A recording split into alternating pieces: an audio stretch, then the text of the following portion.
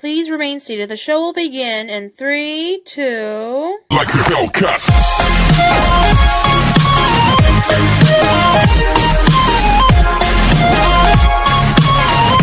Hello, ghoul friends. Those who are freaky chic, fans of the supernatural, and all things spooky. I'm your host, FandomTraveller87, and welcome back to my channel. My very own dark, creepy corner of paradise, where I dive deep into the exploration of the unknown, the unusual, and the morbid. And before I continue on with this video, I just want to say thank you again so much for listening. As always, your support is most appreciated. I try to upload at least once or twice a day, but sometimes due to my conflicting schedule, I don't always have the mental nor the physical energy to really work on any video projects. But then of course, you guys are the reason why I do this. And if it means that I can make a little bit of a difference in your day, whether you're at school or at work, or you're taking care of the kids, or if you're feeling a little bit stressed about something, well then I'm glad that I can bring a little bit of joy in your life. I try to provide the best entertainment as I possibly can. Now, if you haven't already, please like and subscribe and hit the bell to get all notifications for future uploads. Now, I came across this story a few years back.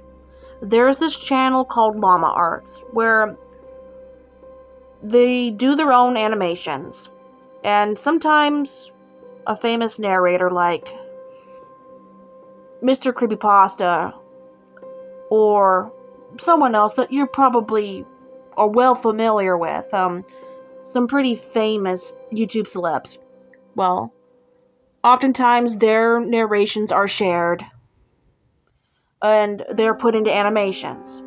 Now, Llama Arts is very talented. I've watched their content and they're one of my favorite YouTubers. So I suggest you check out their work. They are fantastic.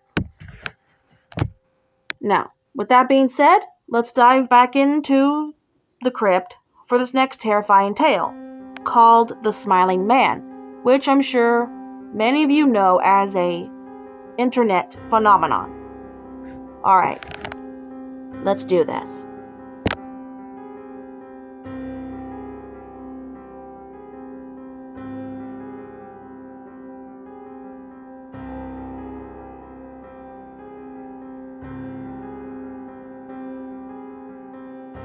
About 5 years ago, I lived downtown in a major city in the US.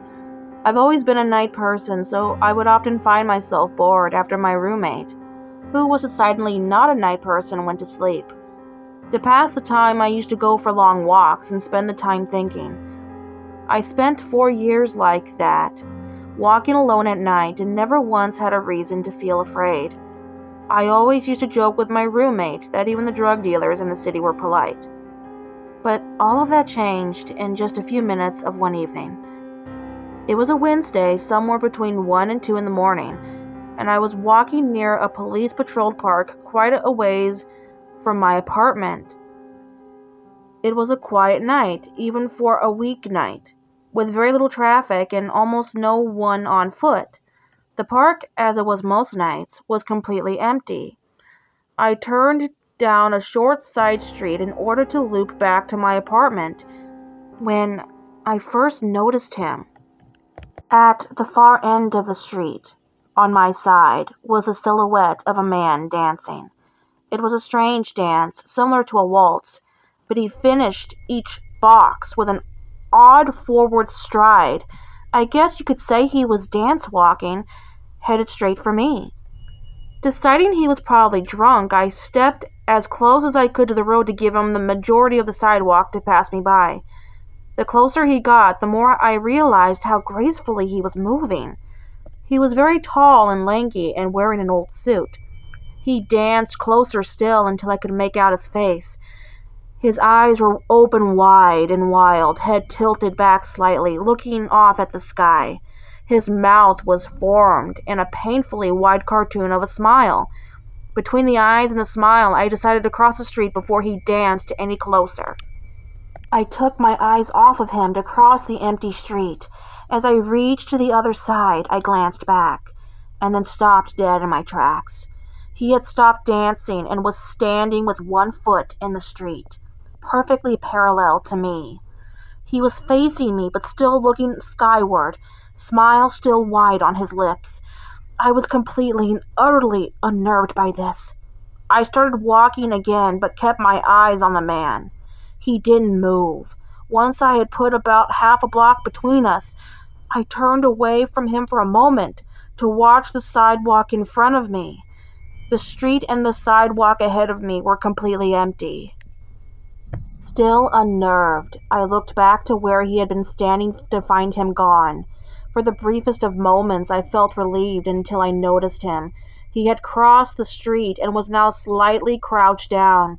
I couldn't tell for sure due to the distance and the shadows, but I was certain he was facing me. I had looked away from him for no more than 10 seconds, so it was clear that he had moved fast. I was so shocked that I stood there for some time staring at him, and then he started moving toward me again. He took giant, exaggerated tiptoed steps, as if he were a cartoon character sneaking up on someone, except he was moving very, very quickly. I'd like to say at this point I ran away or pulled out my pepper spray or my cell phone or anything at all, but I didn't. I just stood there. I was completely frozen as the smiling man crept toward me. And then he stopped again, about a car length away from me, still smiling his smile, still looking to the sky. When I finally found my voice, I blurted out the first thing that came to mind. What I meant to ask was, "What do you want?" in an angry, commanding tone. What came out was a whimper. What the fuck? Regardless of whether or not humans can smell fear, they can certainly hear it. I heard it in my own voice, and that only made me more afraid. But he didn't react to it at all. He just stood there smiling. And then, after what felt like forever, he turned around very slowly and started dance walking away. Just like that. Not wanting to turn my back to him again, I just watched him go until he was far enough away to be almost out of sight. And then I realized something. He wasn't moving away anymore, nor was he dancing. I watched in horror as the distant shape of him grew larger and larger. He was coming back my way, and this time he was running. I ran too. I ran until I was off the side road and back onto a better lit road with sparse traffic.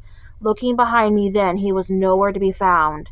The rest of the way home I kept glancing over my shoulder, always expecting to see his stupid smile. But he was never there. I lived in that city for 6 months after that night, and I never went out for another walk. There was something about his face that always haunted me. He didn't look drunk. He didn't look high. He looked completely and utterly insane. And that's a very, very scary thing to see.